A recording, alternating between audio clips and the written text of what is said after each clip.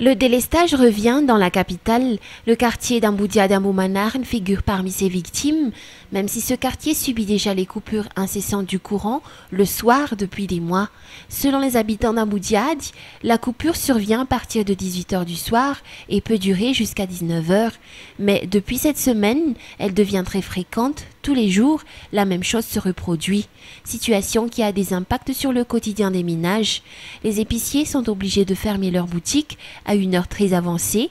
Les étudiants sont dans l'incapacité de réviser, faute de courant, et cette coupure pourrait favoriser les cambriolages en tout genre. À 4 jours de la date butoir pour le bouclage de la liste électorale, les responsables auprès du Fukuntan d'Amboudiad doivent freiner leur travail dès qu'il fait nuit, toujours faute de courant. Et pourtant, le quartier d'Amboudiad n'est pas le seul à subir le délestage tournant. Les habitants d'Analamaït, de Mazuariv, d'Ampitataf et d'Anouzad se plaignent de la coupure incessante de l'électricité dans leur quartier. Joint par téléphone, le chargé de la communication de la société Jirama nous a expliqué qu'effectivement la capitale vit de nouveau au rythme du délestage tournant. La cause ne viendrait pas de la Jirama elle-même, mais d'une société privée de sous-traitance avec qui l'État collabore. Cette société privée fournit de l'électricité d'une puissance de 20 MW, de l'énergie qui devrait s'ajouter aux 157 MW fournis par la Jirama pour être utilisée durant les heures de pointe, c'est-à-dire de 12 h à 22 h du soir. Or, cette société aurait des problèmes à produire cette électricité, faute de carburant. En effet, selon toujours la Jirama, cette société privée aurait également des problèmes avec son fournisseur de carburant, ce qui fait qu'il revient à cette société privée de résoudre ce problème. La Jirama n'étant pas du tout responsable, nous a-t-on appris, elle rejette toute responsabilité dans cette affaire. Ce délestage tournant devrait encore durer jusqu'à quand? La Jirama n'est pas en mesure de donner une réponse.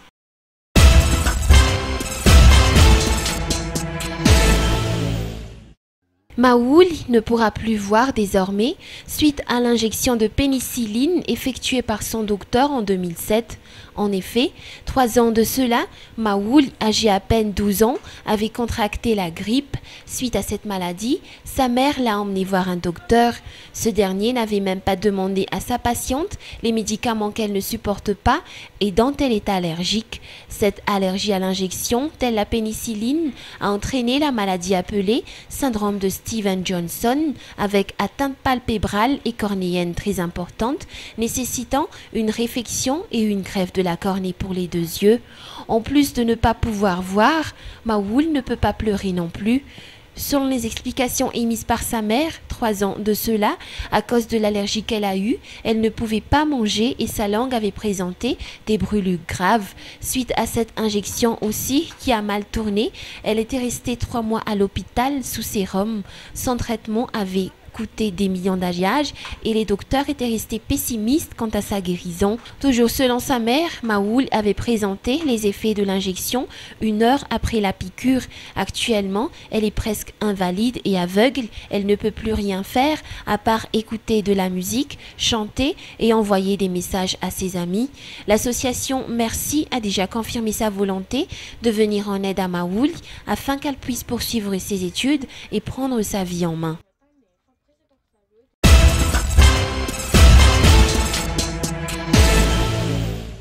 Jusque-là, l'Union européenne maintient encore sa position vis-à-vis de la suspension d'aide allouée à la Grande Île. L'Union européenne attend à ce que toutes les conditions soient requises pour pouvoir débloquer à nouveau cette aide. La première et la principale est le retour à l'ordre constitutionnel ainsi que la mise en application de la feuille de route. Les responsables auprès de l'Union européenne demandent également à ce que les articles contenus dans l'accord de Cotonou soient respectés. Les droits de l'homme, les institutions démocratiques, l'état des droits sont des aspects vraiment très importants dans les partenariats entre l'Union européenne et les pays ACP. Et c'est parce qu'il y a eu violation dès l'article 9 de cet partenariat, de cet accord de partenariat de Cotonou, qu'il y a eu des mesures qui ont été prises d'après, disons, l'accord de partenariat de Cotonou. Et il faut avoir un retour. Pour avoir un retour à l'ordre constitutionnel, il faut avoir des élections qui sont libres et transparentes. Et pour avoir des bonnes élections, parce que ça ne suffit pas seulement des élections, il faut avoir, comme vous savez, une feuille de route pour les processus électoraux. Toutefois, malgré cette suspension d'aide liée à la crise, les projets initiés par l'Union européenne et dont la Grande Île en est bénéficiaire étaient nombreux. Les aides humanitaires, par exemple, ont toujours été allouées. Évidemment, il y a toujours des actions dans les domaines de la coopération avec des ONG, coopération avec les institutions des Nations Unies, coopération et intervention dans les domaines humanitaires ou d'urgence. Il y a de coopération dans différents domaines, mais qui pour l'instant n'impliquent pas des agences de l'État ou des ministères. Côté politique, le chef de la délégation de l'Union européenne à Madagascar a souligné l'importance de la tenue d'élections libres, crédibles et transparentes, qui reste la seule solution pour sortir le pays de la crise.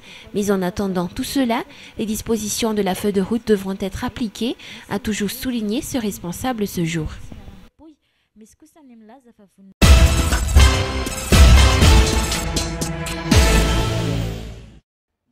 Ils sont 24 à être sélectionnés pour l'obtention de bourses d'études allouées par l'Union européenne, octroi qui entre dans le cadre du programme Erasmus Mundus et le projet Mundus ACP, les deux financés par l'Union européenne. 17 d'entre eux préparent leur master selon les filières qu'ils ont choisies et 3 d'entre eux vont préparer leur doctorat. Les 4 restants sont issus du personnel administratif au sein des universités malagasy qui vont renforcer leurs compétences à l'extérieur.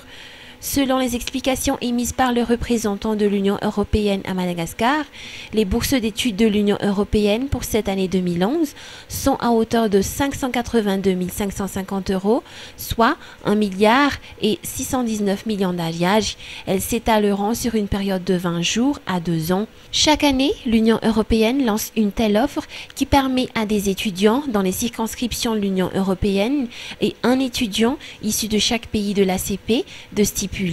Pour cette année, le projet Mundus ACP a reçu 2 939 demandes de bourse. Si seulement 240 de ces demandes seront retenues, 2 865 de ces demandes proviennent des 62 pays membres de l'ACP.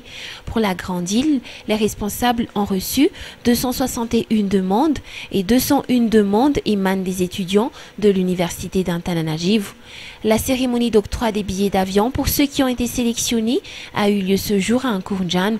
Ces 24 chanceux auront la possibilité de réaliser leurs rêves dans les 5 pays de leur choix.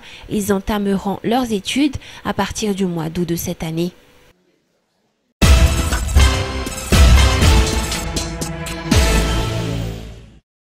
C'est le deuxième report d'audience dans l'affaire DSK.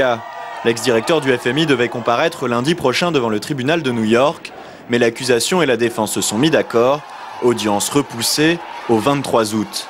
À l'origine, Dominique Strauss-Kahn devait comparaître le 18 juillet, puis le 1er août. Il devra patienter encore un mois. Pour l'ex-directeur du FMI, tout a commencé le 14 mai. Il est arrêté dans l'après-midi, puis emmené dans un commissariat du Bronx, accusé de faits extrêmement graves.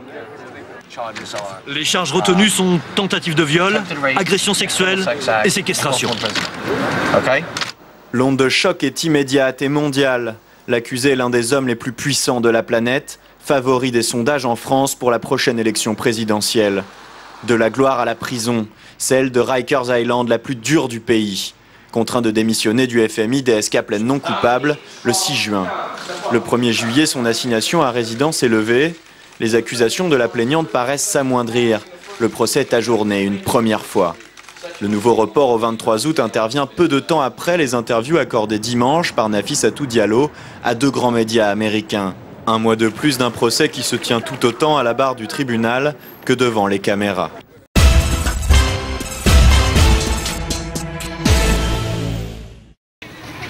Ces soldats se font soigner sur place.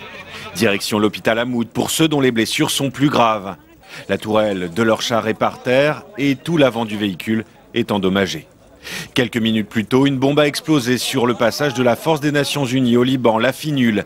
Il est 18 h heure locale sur cette autoroute qui mène à Saïda. Et en tout, 6 soldats sont blessés, 6 casques bleus français. Pour nous, c'est très important de se concentrer complètement sur l'enquête. C'est très important aussi que les auteurs de l'attentat soient identifiés et jugés. Il y a peu d'espoir malgré tout. Depuis 2006, la FINUL a subi plusieurs attaques et aucun des auteurs n'a jamais été retrouvé. Et cette fois encore, il n'y a eu aucune revendication, tout comme pour l'attentat qui a déjà touché la FINUL il y a 2 mois, un autre attentat à la bombe à Saïda qui avait blessé 6 casques bleus. La force des Nations Unies au Liban y est présente depuis 1978. Sa mission, c'est de surveiller la frontière entre le Liban et Israël. Une mission prolongée après la guerre de 2006 entre militants chiites du Hezbollah et soldats israéliens. En tout, 13 000 hommes patrouillent dans le sud du pays où depuis 2006, le Hezbollah ne possède plus de présence armée apparente.